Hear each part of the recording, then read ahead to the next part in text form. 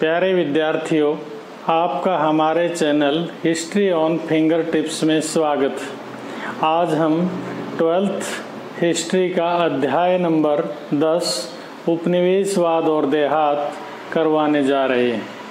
इस वीडियो में हम आपका पूरा चैप्टर कवर करेंगे। आप वीडियो को अंत तक ज़रूर देखिए, चैनल को सब्सक्राइब भी कीजिए ताकि आपको अगली वीडियो की नोटिफिकेशन मिलती रहे। चलो शुरू करते हैं। अध्याय नंबर 10 उपनिवेशवाद और देहात। तो सबसे पहले, जैसा कि नाम से विदित है, उपनिवेशवाद जब अपने यहाँ पर अंग्रेजी राज्य था और जो देहात क्षेत्र था उसमें कृषि बारे उन्होंने क्या प्रबंध किए, तो सबसे पहली बात आती है कि भाई भूमि का प्रबंध। भूमि प्रबंध किसे कहा जाता है? लगान की दर को निश्चित करने की विधि को भूमि प्रबंध कहते हैं। यह हमें समझाने के लिए आपको बताया है। तो सबसे पहले जो राजस्व आता था वो भूमि से आता था, और बार बार जो उपनिवेशवाद के लोग थे वो ये प्रयोग करके देख रहे थे कि राजस्व सबसे ज़्यादा कैसे आए, कब आए, कहाँ से आए। तो स्थायी बंदोबस्त लागू किया गया बंगाल में 1793 में, लॉर्ड कॉर्नवालिस के द्वारा लागू किया गया। इसमें क्या था? स्थायी बंदोबस्त। इसको हम दूसरा नाम क्या देते हैं? इस्तमरारी बंदोबस्त। स्थायी बंदोबस्त का दूसरा नाम क्या था भाई? इस्तमरारी बंदोबस्त, बंगाल में 1793 में। अब कंपनी की आय निश्चित हो गई थी, स्थायी बंदोबस्त हो गया था। यौमन किसे कहते थे? छोटे किसान को। यौमन किसका नाम था? छोटे किसान का। जोतदार, धनी किसानों का वर्ग जो गांव में रहते थे। जोतदार गांव में रहते थे, जमींदार शहरों में रहते थे। दिक्कू कौन थे? साहूकारों को दिक्कू कहा जाता था। भूमि प्रबंध, लगान की दर निश्चित करने की विधि को भूमि प्रबंध कहा गया है। लगान की दर कितनी होगी, भूमि का स्वामी कौन होगा, लगान देने वाला कौन होगा। दिनाजपुर जिले का, बंगाल में है, दिनाजपुर जिले का सर्वेक्षण करने वाले का नाम है फ्रांसीसी बुकानन। कौन था फ्रांसीसी बुकानन? वेलेजली का सहायक चिकित्सक या डॉक्टर बनकर आया था। कंपनी की 5वीं रिपोर्ट कब आई? 1813 में। झूम कृषि कहाँ पर होती थी? पहाड़ी क्षेत्रों में। कहाँ पर होती थी झूम कृषि? पहाड़ी क्षेत्रों में। छोटी छोटी क्यारियों में बदलते रहते थे, 1-2 वर्ष खाली छोड़ देते थे, ये फिर अगली जगह करने लग जाते थे। ये कुदाल के माध्यम से खेती होती थी। इसको स्थानांतरी, जगह बदल बदल करके खेती करने को स्थानांतरी खेती या झूम कृषि कहा जाता था।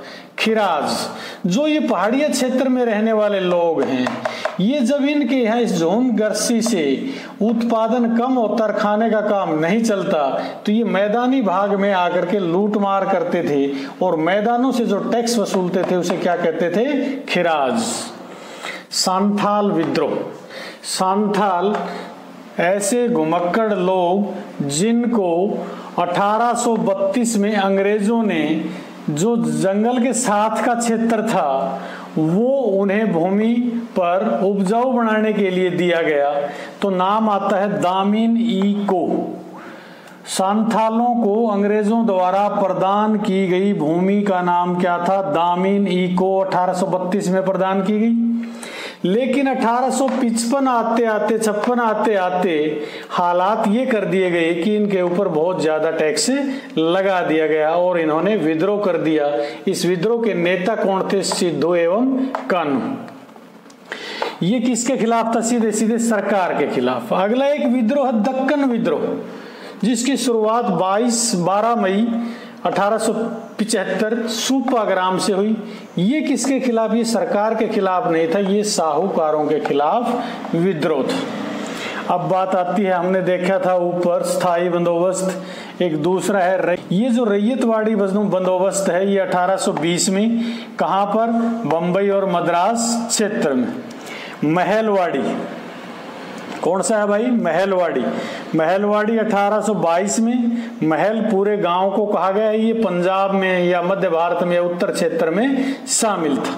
थोड़ा सा हम पीछे पढ़ाते पढ़ाते एक बात छोड़ गए थे कि सांथाल विद्रोह हमने ये बता दिया 55-56 सिद्धू कानू। दक्कन विद्रोह बता दिया 12 मई 1875 साहूकारों के खिलाफ विद्रोह था। इस विद्रोह में, दक्कन विद्रोह में जो लोग बंदी बनाए गए वो कितने थे? 951। इसके ऊपर एक कमीशन बिठाया गया जांच के लिए 1875 में। उस कमीशन ने अपनी रिपोर्ट कब दी? 1878 में। परिसीमन कानून 1859। अमेरिका में गृह युद्ध 1860। कपास में तेजी 1861। बार बार बोर्ड एग्जाम में आते हैं प्रश्न जो लिखे गए। Regulating act 1773। अमला कर एकत्रित करने वाला अधिकारी। मैनचेस्टर कॉटन कंपनी की स्थापना 1859। किसान यूनियन 1928-29। ऑल इंडिया किसान सभा कब बनी? 1936। इस किसान यूनियन किसान सभा के 1939 तक सदस्य कितने हो गए थे? 8 लाख। ब्रिटेन में कपास आपूर्ति संघ की स्थापना कब हुई? 1857। भाड़ा पत्र क्या था? जब किसान पर साहूकार का कर्जा चढ़ जाता और किसान को जब पशुओं की जरूरत पड़ती तो साहूकार से वो जब पशु लेने जाता तो एक भाड़ा पत्र भरना पड़ता था। उस साहूकार और किसान के बीच में एक करार।